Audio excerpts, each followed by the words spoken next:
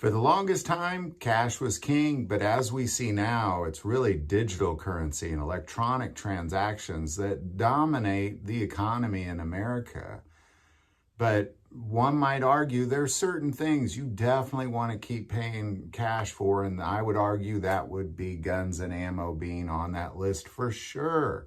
But states in the U.S. have now, undercover, made it illegal to buy ammo with cash. What's going on there? Now, before I get into it, I do want to take a moment and thank ES Power Drink for continuing to support my health, allowing me to lose weight by putting down Trinidad scorpion peppers, reap the capsaicin health benefits that you can get from those super hot peppers.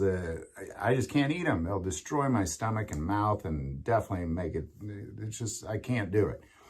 But I can put down this delicious drink and reap the same health benefits, and I've seen it transform my life.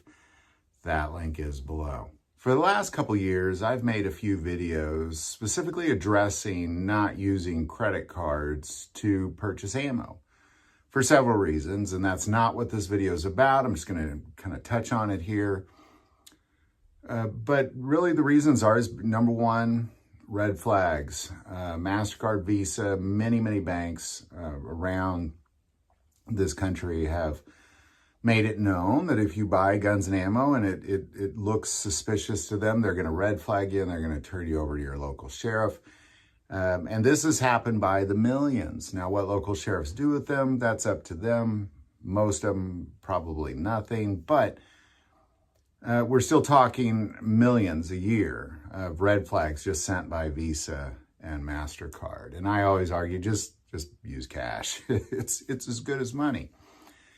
And that should work in most cases. However, there are a few states that have tried cash bans on ammo, buying ammo, cash bans, can't use cash when it comes to buying ammo. California tried this, New Jersey has tried this.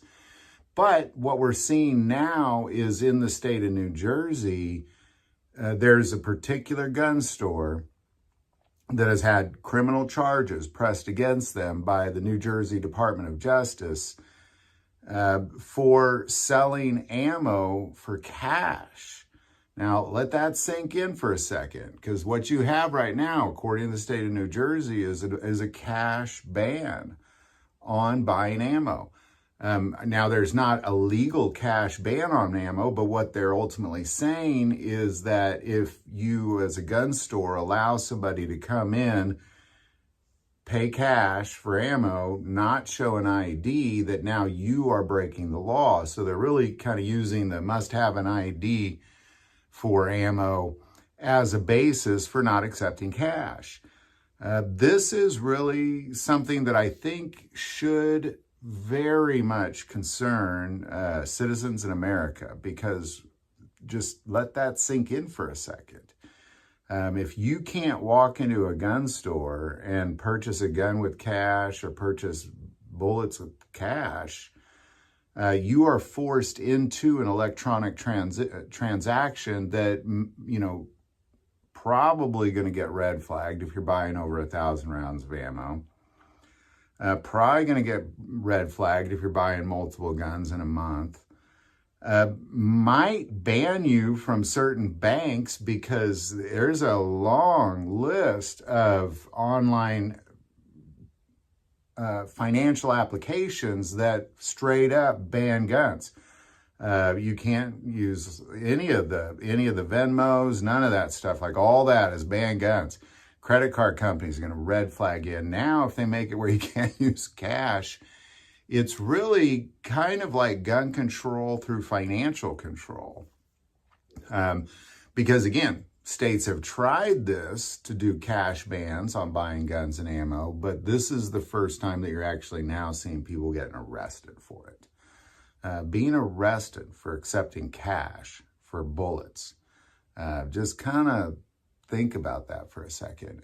This is obviously not a problem in my home state of Missouri, but I believe that every single state in this country is one election away from being in the exact same situation that New Jersey, California, New York have all been in. It just takes one election to switch all that around, and we've seen that happen in the recent years as well with Virginia and a few others. So, as we move forward, I'm going to continue to say, if you buy ammo with cash.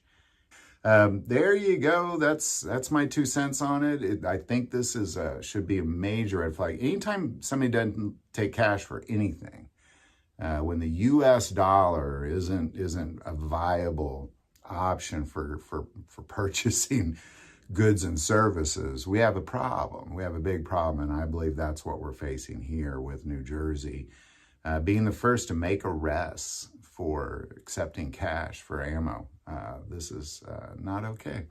Any thoughts or insights you might have on it, definitely put it below. I do want to take a moment and say that if you're in New Jersey or California, kind of what has this looked like as far as these cash bans on guns and ammo purchases? What does this really look like from being there? Because I'm just, getting now reading about the arrests that are beginning.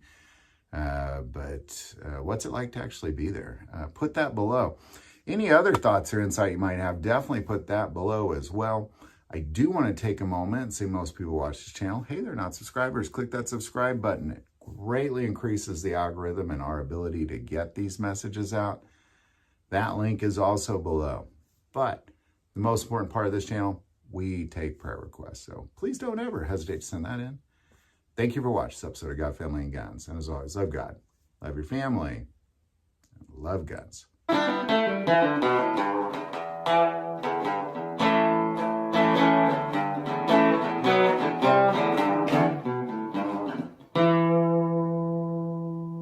As many of you may or may not know, about a year ago, I was dealing with a very serious heart condition. And through some procedures and a dramatic change in my lifestyle, I've found my way to a whole different level of health.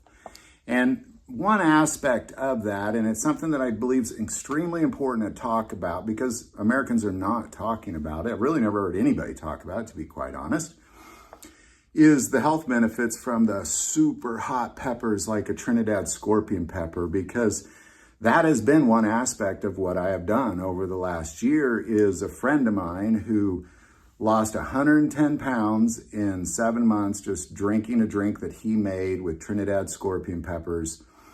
I've been doing that as well. I saw how it changed him. I wanted in on that. And what it has done is it's been one aspect of it. Of course, diet, exercise, that sort of thing is very important as well. But what this has done is not just allow me to lose weight, but I sleep better. I have a better outlook on life. I was actually having lunch with the guy that makes this the other day, and his brother committed suicide. He was dealing with addiction, he was dealing with depression, and he committed suicide. And my friend believes wholeheartedly, had he invented this drink before that, he would be alive today. And I kind of question that, like, well, that's a big statement to make. But ultimately what he's claiming is the capsaicins in those super hot peppers really satisfy your pituitary gland, which is the basis of addiction.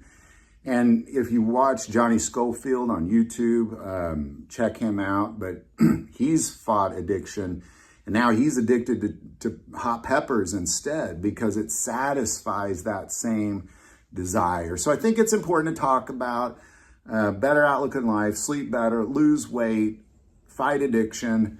The link's below. Check it out. Just drinking Trinidad scorpion peppers, and it is hot. I'll give you a little warning, but he's taken out the binding agents that, so when it's hot, it's only hot for like a minute or two. It doesn't burn for hours. So there you go, man. I couldn't put down Trinidad scorpion peppers. This is how I do it. That link is below.